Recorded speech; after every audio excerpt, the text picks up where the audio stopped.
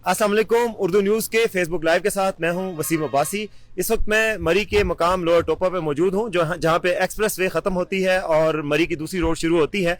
यहाँ पर सूरत हाल इस वक्त यह है कि यहाँ पर रोड क्लियर कर दी गई है, बर्फ़ सड़क पे मौजूद नहीं है। ट्रैफिक पुलिस के एहलकार यहाँ पर ट्रैफिक को रवां दवां करने के लिए मौजूद हैं, मगर यहाँ पर शहर की ट्रैफिक इस वक्त नहीं है। सिर्फ जो यहाँ के मकामी आबादी है उनको आने की इजाज़त है और जो शहरी सयाह हैं उनको यहाँ से निकालने की कोशिशें की जा रही हैं। ये मेरे लेफ्ट साइड पे इस वक्त कुछ बसें भी मौजूद हैं जो इंतजामिया की तरफ से लाई गई हैं। शटल सर्विस है जो कि यहाँ पे सयाह फंसे हुए हैं, उनको वापस इस्लामाबाद की तरफ ले जाने के लिए कोशिशें की जा रही हैं।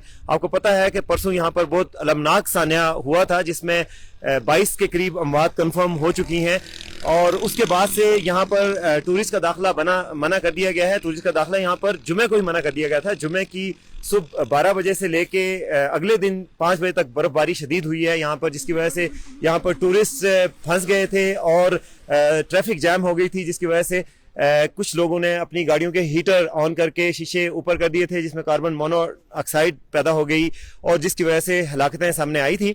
अब बहाली का काम जारी है। मैं रास्ते में आ रहा था तो यहाँ पर आइस्को के मुलाजमीन जो है वो बिजली की बहाली की कोशिश कर रहे हैं। मुतादिद जगहों पे बिजली बहाल हो चुकी है लेकिन कुछ जगहों पे अभी भी बाकी है। सड़क के किनारे अभी भी जैसे कि आप देख सकते हैं कि बर्फ जमा है, सड़क स्लिपरी भी है।